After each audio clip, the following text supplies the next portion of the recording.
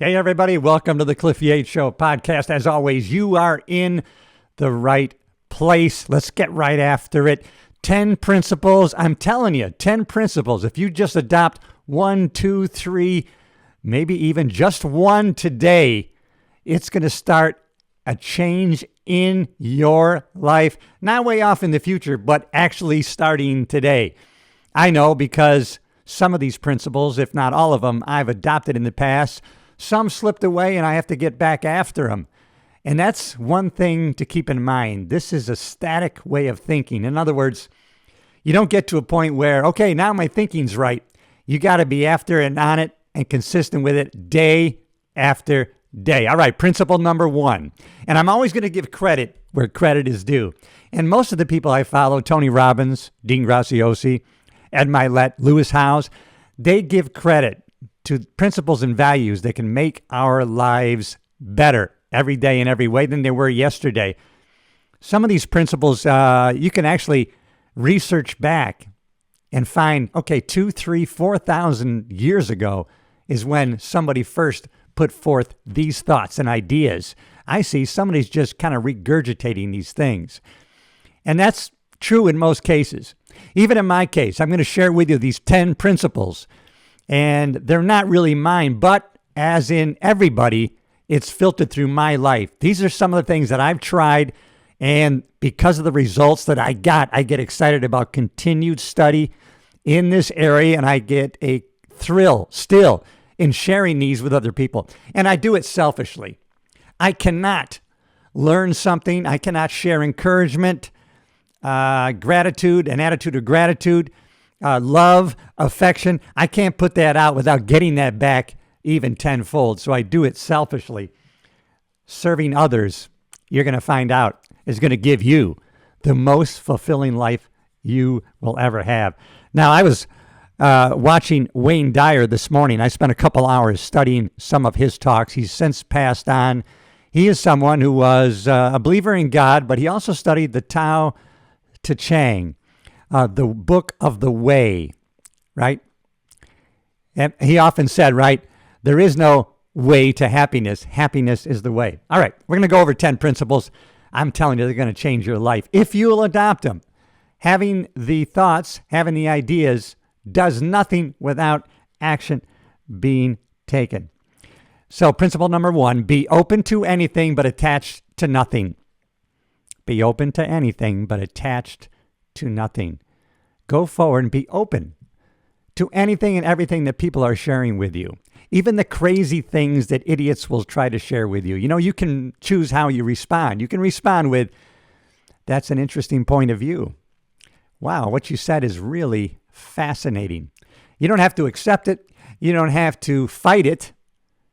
But be open-minded, but attached to nothing. It's going to be a power.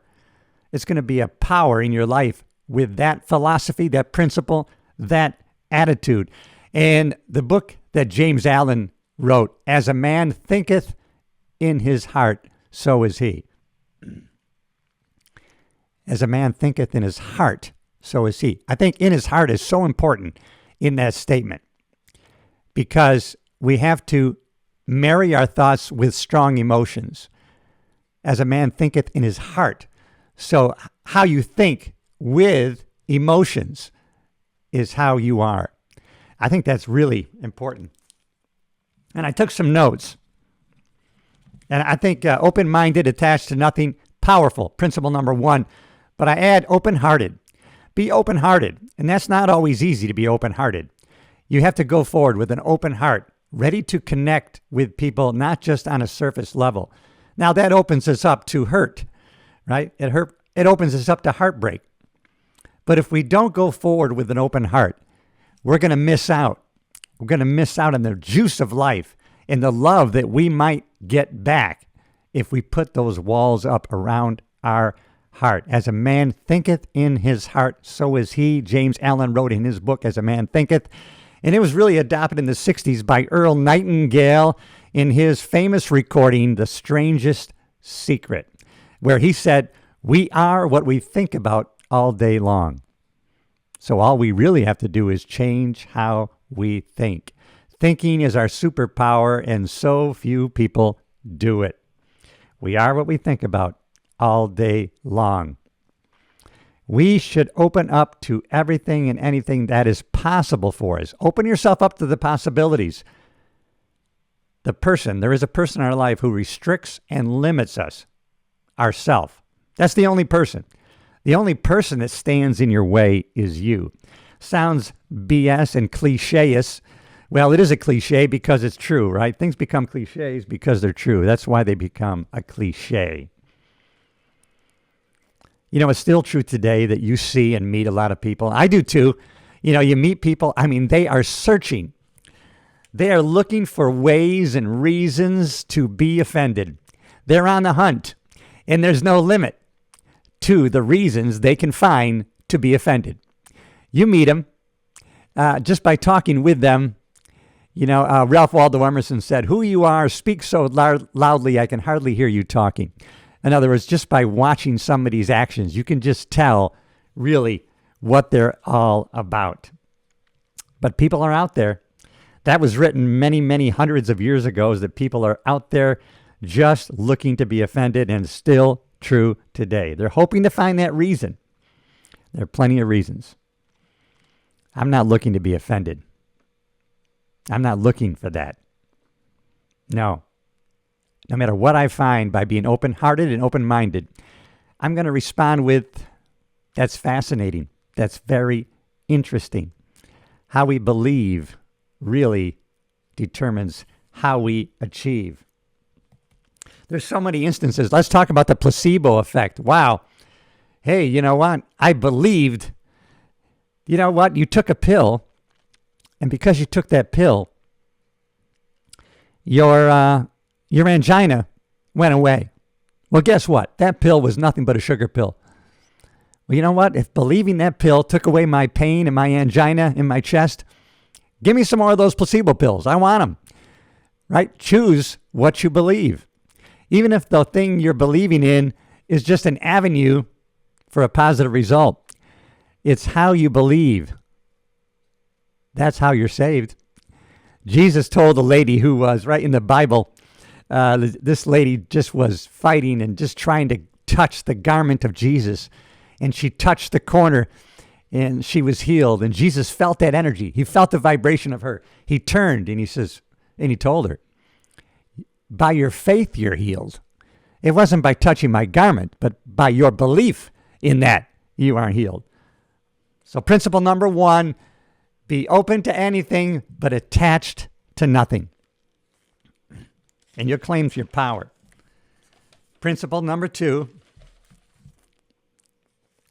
this alone will change your life starting today. You can't give away what you don't have. You can't give away what you don't have. People who are not good at giving away love can't give away love because they don't have it to give away. You can't give away what you don't have. If you have anger, fear, anxiety, stress, frustration, if you have that, that's what the universe is going to give back to you. You're going to attract that because every thought has a frequency and every thought has a vibration. Now, Wayne Dyer talked about thoughts having a frequency and a vibration, and Bob Proctor talks about that all the time. And Bob Proctor, who was in the movie The Secret, he talked about how the law of attraction became viral because of the way it was marketed and put out there. But he makes a point. Before the law of attraction was the law of vibration. That's how you attract things. And you create magnetism, vibration by the frequency that you're on. And you get that frequency and vibration by the thoughts that you think. And what you have total control over is how you think.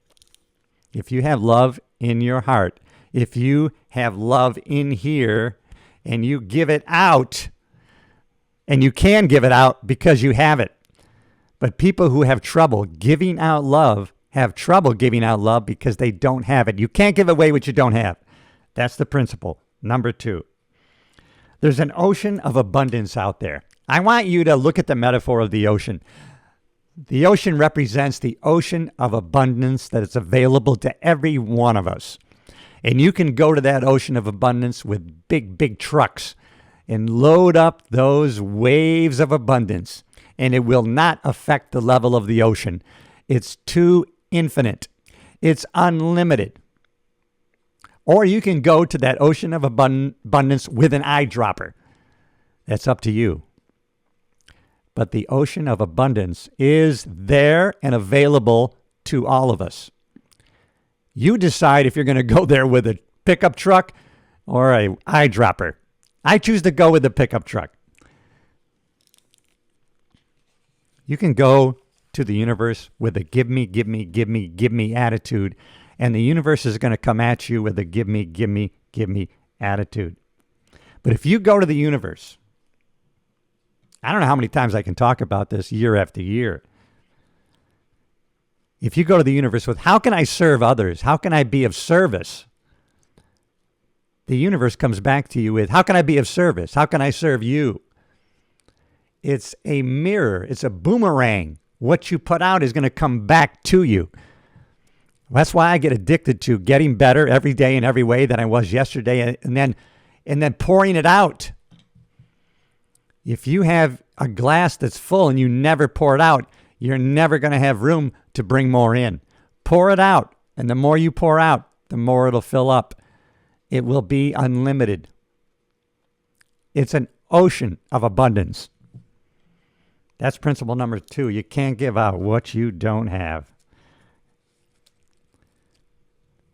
Remember Kennedy's famous speech, ask not what you can do for your country, but ask not what your country can do for you, but what you can do for your country. How about that principle, 1962 or 3, right? How can I serve the country better? I want my country to be the best country. Well, how can I make it better? What can I do today? Was it Mother Teresa? Sometimes it's adapted to her saying it, right? If we would just sweep off our own doorstep, the whole world would be clean and neat. All right, that's principle number 2. You can't give away what you don't have. Number 3, there are no justified restraints. I'm sorry. Although maybe that's a true thing too. Sometimes I can't read my own writing. There are no justified resentments. And I have found that difficult over the past year, as a matter of fact. I've had to overcome resentments. I had to throw them away, get rid of them. I had to kill them, snuff them out. There are no justified resentments.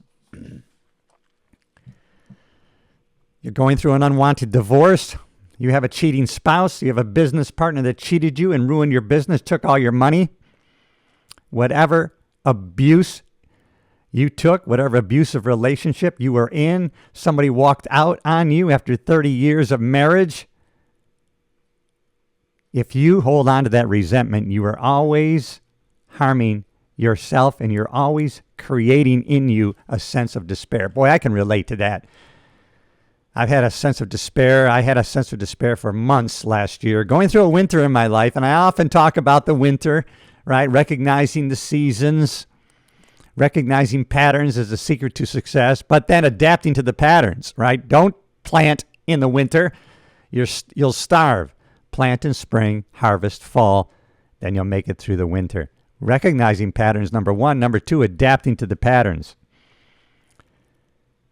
No justified resentments. There are none. Let them go. Get rid of them. If we carry those with us,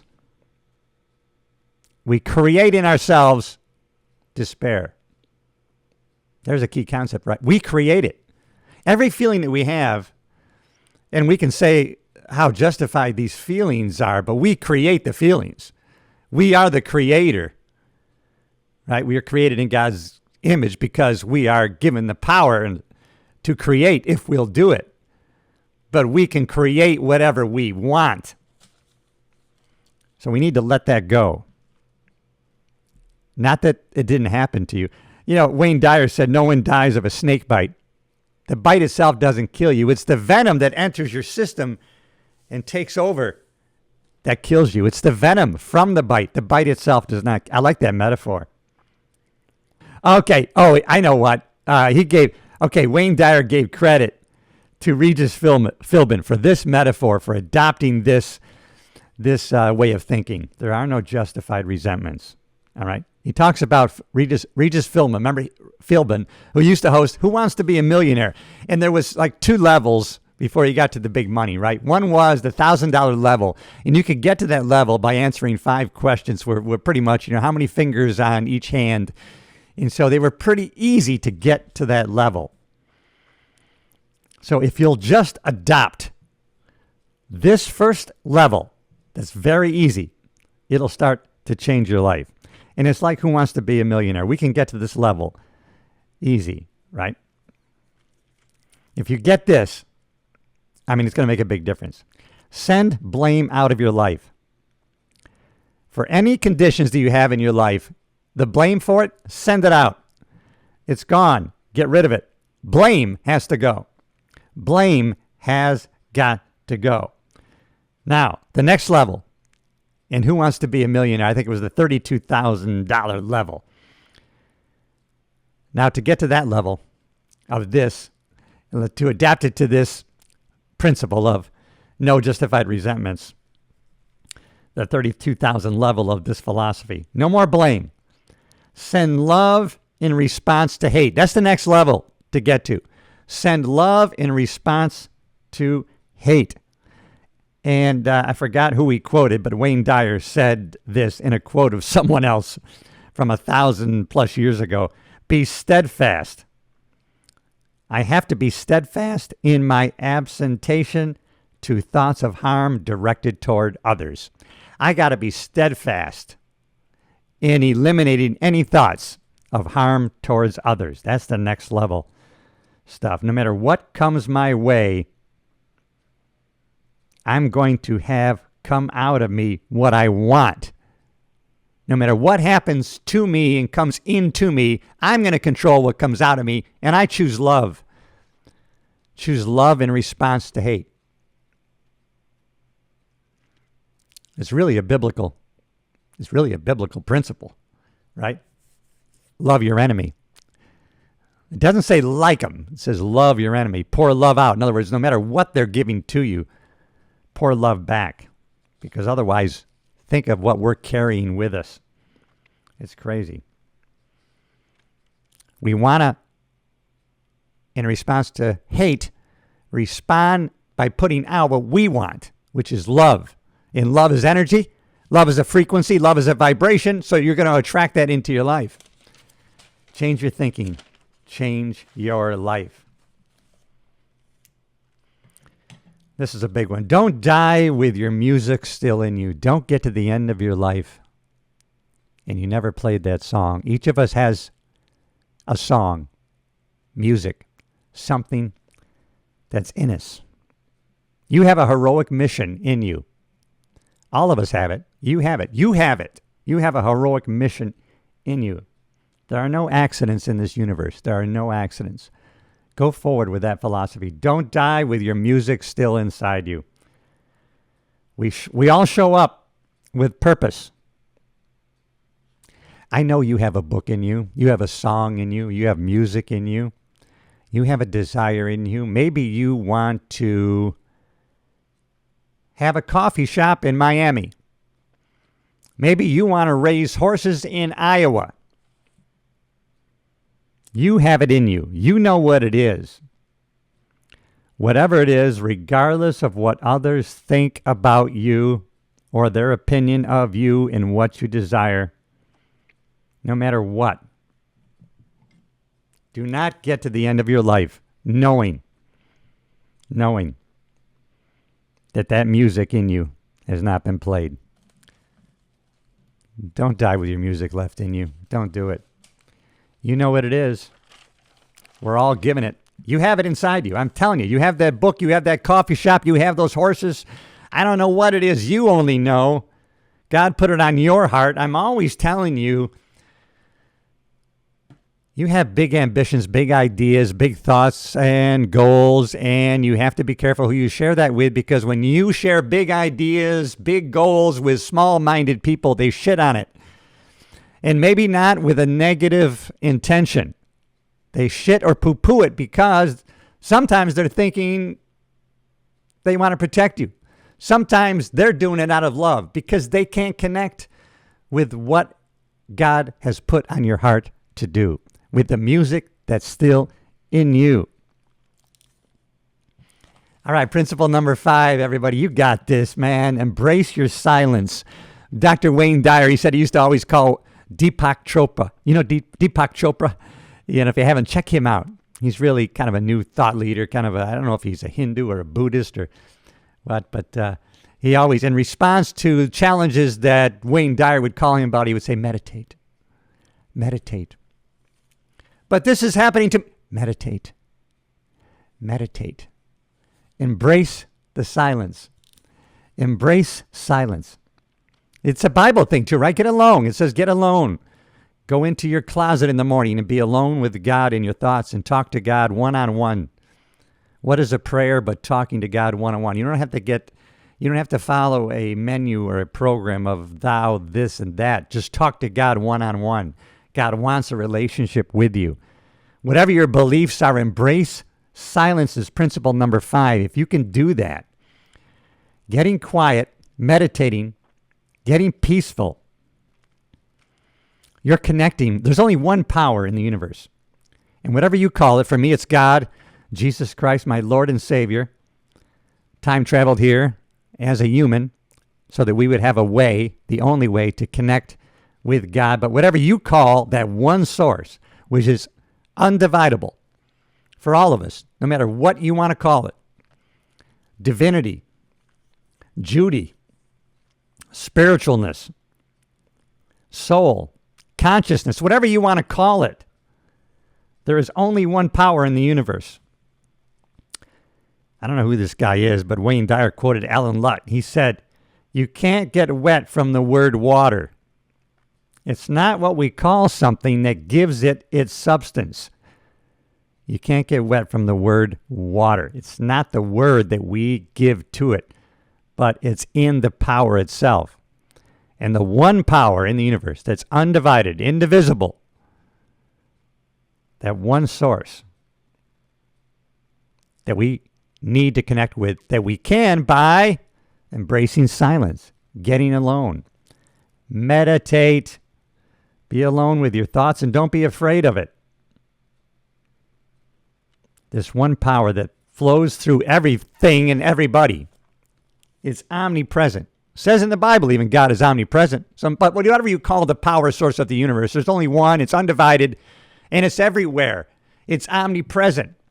It's like the signals that are going through this room right now and going through your room. All those movies, those sounds, and those musical songs that are going through your room, passing through your head right now that you're not even aware of. And you know they're there because you probably have a TV, a phone, or a laptop.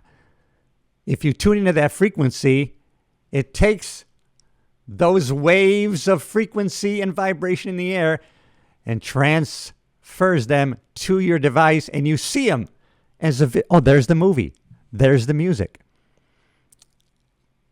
It's not hardwired on a rope somewhere. It's in the air, and it's taking it, and it's receiving it. We're receivers, and we're transmitters. Now, that's physically obvious. Just embrace the idea. And you're going to receive and get connected to the one power in the universe by getting and embracing silence, getting alone. It's undivided. It's indivisible. It's all one. It can't divide. Everything in us and in the human experience is divided. There's always a polarity in everything. Right? There's always a yes, no, up, down, valley, peak. Wayne Dyer talked about teaching a class in college, and he was going to give $100 to the student who could bring in a magnet with just a north polarity to it. And they took magnets, they tried to slice them thin, but there's no matter what, there was a polarity. There was a north-south. There was a plus-minus. There was a positive-negative. So we need to embrace silence so that we can get to a place and connected with the source that can't be divided.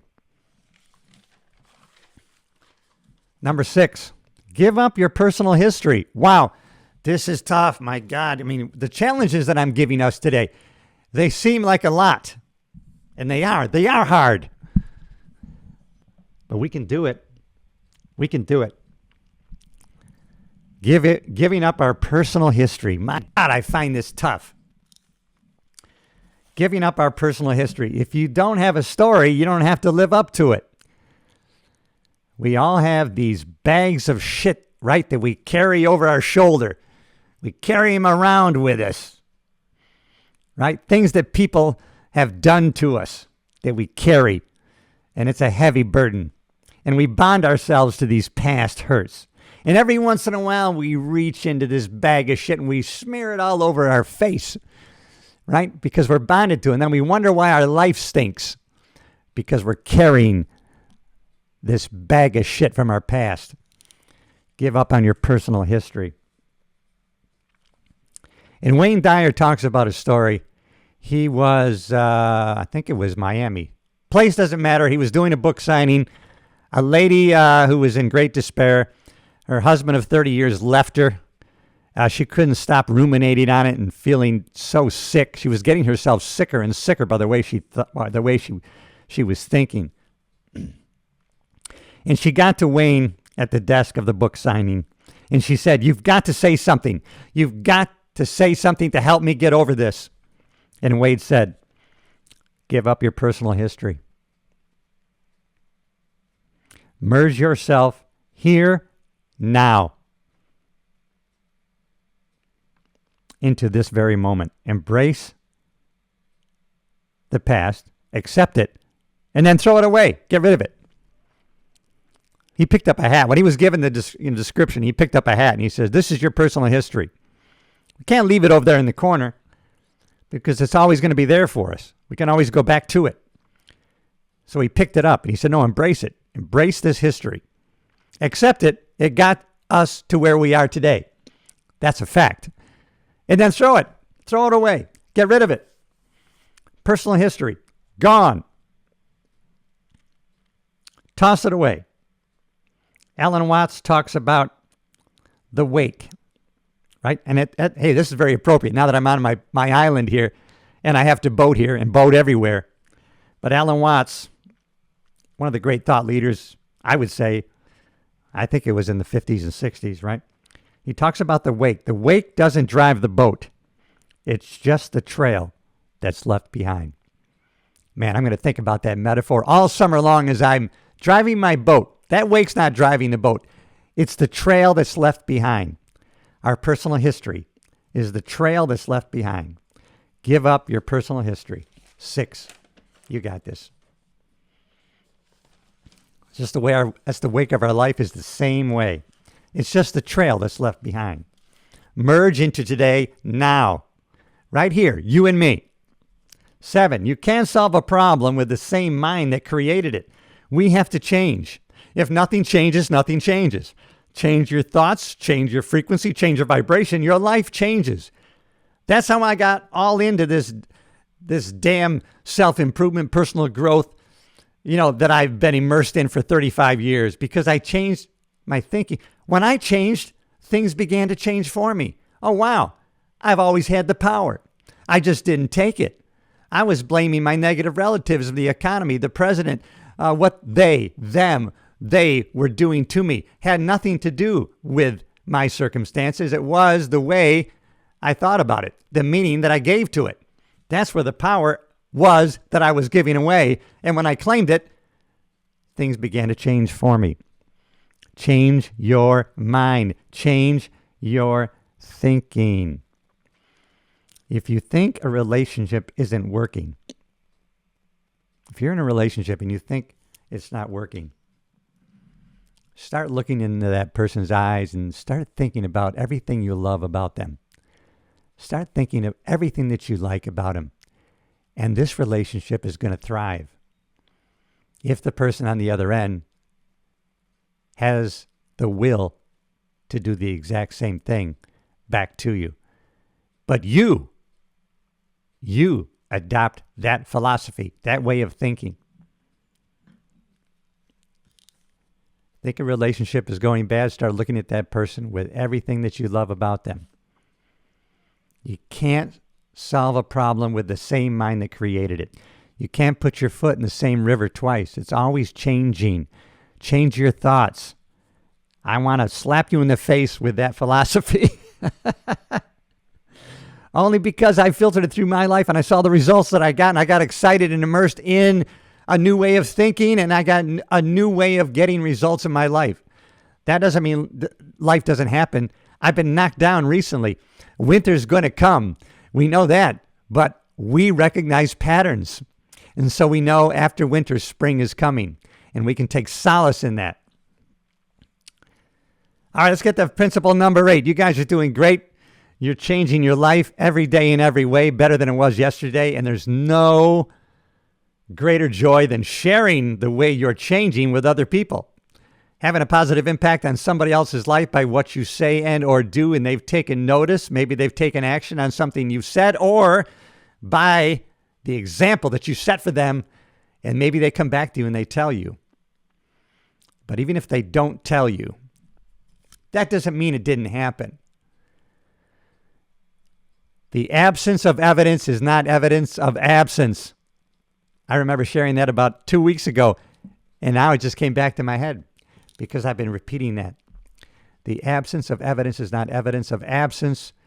So even though someone might not come back to you and thank you for the example you set or the powerful words that you shared with them or the love and affection you poured out onto them, doesn't mean it's not having an effect on them.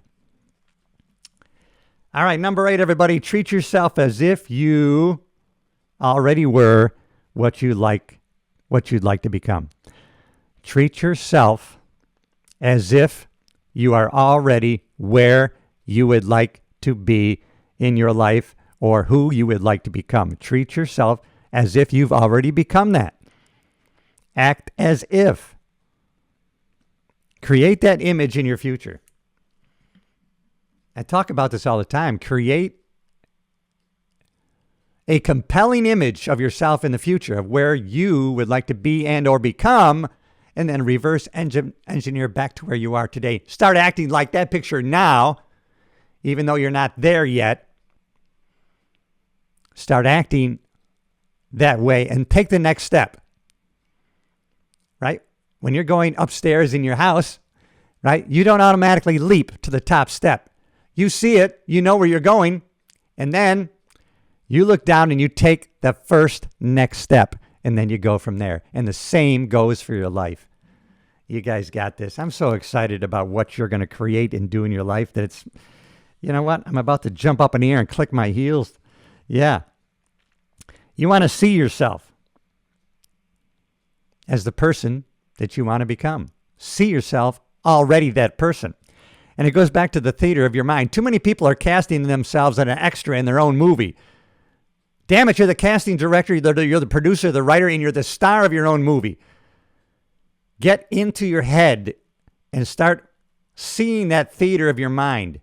Walk into that theater. Sit in the center theater seat. The theater in your mind. Create this image in your head. Look on those big screen, that Dolby surround sound, and you cast yourself as the star because you are. And then let it roll from there, baby. And when the credits roll at the end, you were the writer, the producer, and you were the star. Don't cast yourself as an extra in your own life movie. And you're the one casting yourself. No one is. No one is the casting director unless you have appointed them that. Don't let it happen. All right, we're down to principle number 9 that's going to change your life and a treasury in your divinity. I had never heard that before I listened to Wayne Dyer this morning. Trust your connection to divinity. And you're going to have that connection, right? By embracing silence. The other principle, you know, when you embraced being in your quiet time, alone, with divinity.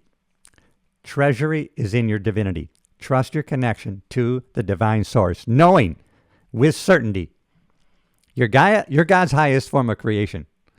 I hope you believe in God and Jesus Christ, but if you don't, whatever you believe in or call it doesn't change the fact that you can get connected with the divinity source. And when you know that you're the highest form of creation over everything else, it's going to make a big difference in your life. Emerson said, a man should learn to detect and watch that gleam of light that flashes across his mind from within, more than the luster of the firmament of bards and sages. Yet he dismisses without notice his own thought because it's his own. In every work of genius, we see our rejected thoughts. You know this has happened to you. You've said, wow, I thought about that, and now they created it. Wait, at one time I thought about that. But we rejected those thoughts because they were our own. Put great value on your own thoughts and your connection to the divine source.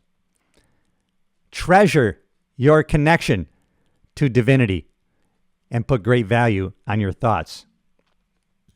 We tend to dismiss our own thoughts and we put greater value on other people's thoughts. But we can stop doing that right now. Treasure your divinity and your connection to the great source there is. We often reject our thoughts. We see the things we think of as grand and genius, and we reject them because they're our own. We're always connected to our divinity. Treasure it, embrace it, get alone, connect to the quietness, and you're going to feel your connectedness to divinity.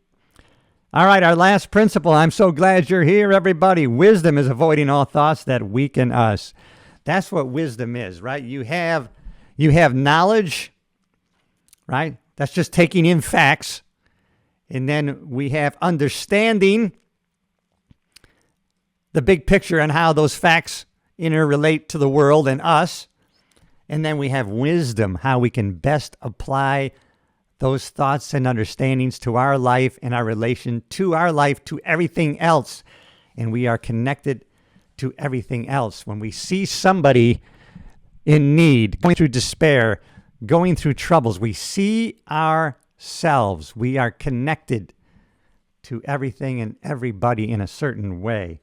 Wisdom is avoiding all things that weaken us. I took some notes because I wanted to share them with you. Every thought has an energy.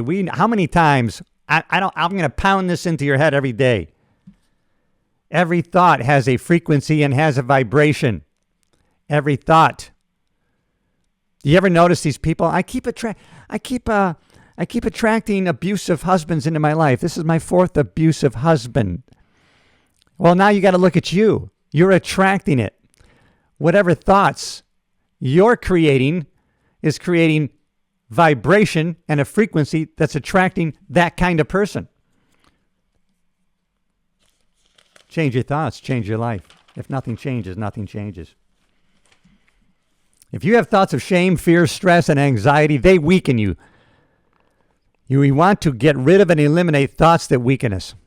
That's what wisdom is. Wisdom is eliminating thoughts that weaken us. And if you are putting out thoughts of shame, fear, stress, anxiety, hatred, frustration, they weaken us.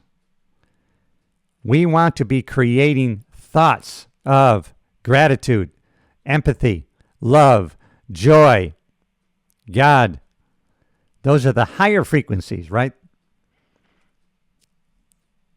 When those thoughts come into our mind that we know weaken us, we need to swoosh them, replace them, right? Oh my goodness. Maxwell Maltz, who wrote that book, Psycho-Cybernetics, about the self-image, right? He had an acronym, I think it was CRAFT, right? We can't control some of the negative thoughts that come into our mind, but just like birds, right? We don't have to let them nest there. We can eliminate them. Okay, they came into our head. Sometimes we can't eliminate those thoughts coming in, but they don't have to stay there. Cancel. Something comes in that's a negative, say it out loud. Cancel. Replace. Attitude. Focus and train yourself on the new thoughts. So when you have a bad thought that's that's going to weaken you, cancel it, replace it with an empowering, joyful, gratitude thought of love, right? Affirm it, focus on it, and train yourself to always swoosh that thought out and replace it with a new one. Sometimes these thoughts are memories and they're pictures in our head. Change the picture. Reframe it. Reshape it. Tony Robbins always talks about reframing. He talks about the swoosh pattern. When you have an image like that, it comes in your head. Sometimes it's a negative memory. Change the picture. It really affects us sometimes because it's so big. When we think about it, it's loud, it's big, it's living color. Change it. Maybe that person is saying some very mean, terrible things to you, and you're remembering that through a picture in your head. Well, shrink it down to postage size. Make it black and white. Change the voice to a Mickey Mouse voice. I just laughed thinking about the Mickey Mouse voice. When you change that person in your memory, that thought, that image that comes in, when you change that voice to a Mickey Mouse and you every time you think that thought, all of a sudden, you're now associating the new picture. Now you're anchoring the new picture. Now when that memory comes in, you don't even remember the big color yelling anymore. You're remembering postage size, black and white, Mickey Mouse voice. After a while, that's the habit that you're going to remember when the thought comes in, and you probably are going to laugh like I am now. Change your thoughts, change your life. I'm so glad you're here. No wonder you're so powerful. Oh my God, here's a metaphor. This was amazing. This was a great story to end on. It really is. Wayne Dyer had been on the Tonight Show. You know, they taped the Tonight Show to be shown later, but so he had returned to his house on the beach in Maui. And he was walking on the beach, and a lady saw him and said, "Hey, didn't I just see you? I just saw you on the Tonight Show. How did you get?" "Oh, I took the red eye, and this taped." And "Oh, okay. I just moved here to the beach in Maui. This is great. But what are the people like here?" And Wayne Dyer said, "Where are you from?" "I'm from New York." "What are the people like there?" "Oh, they're mean. They're angry. They're negative. Oh, they're toxic." It's pretty much going to be the same here. You're pretty much going to find the same people here. And then he walked down the beach, and he came across another lady. And she said, "Oh, wow, I saw you on the Tonight Show. And I just moved here. And, hey, what are the people like?" And he asked her, "Where are you from?" "Oh, I'm from the Midwest. People are great there. They're friendly. They like to be neighborly." And he goes, "Well, you're pretty much going to find that here, too." It's all about our expectations. We're going to find what we expect. Change your expectations. You're going to change what you manifest that comes into your life. Change your expectation, and you're going to change what you manifest showing up in your life. You have the power. There's no doubt about it. So excited I got to share this message with you. I had to study this for 2 hours this morning so I could share this with you. But guess what? Selfishly, I know one person that gets affected by all these ideas and principles and values that I shared today, me, right? Because I got to write them down, read them over, say them out loud, and hear them in my earphones. So I was affected by it, but I know one other person. That was you. And that's what's given me great joy today, because there's no greater joy than having a positive impact on somebody else's life if they take something I did or said and they applied it and it made a big difference in a positive way. Then I'm happy. Hey, that's my mission. All right, everybody, if you haven't already, subscribe to my channel on YouTube. And if you're listening on a podcast platform, listen, head on over to YouTube and see my ugly face and check it out. On the YouTube channel. We're growing a community of progress, and hey, I'm glad you're a part of it. And I will see you in the next episode.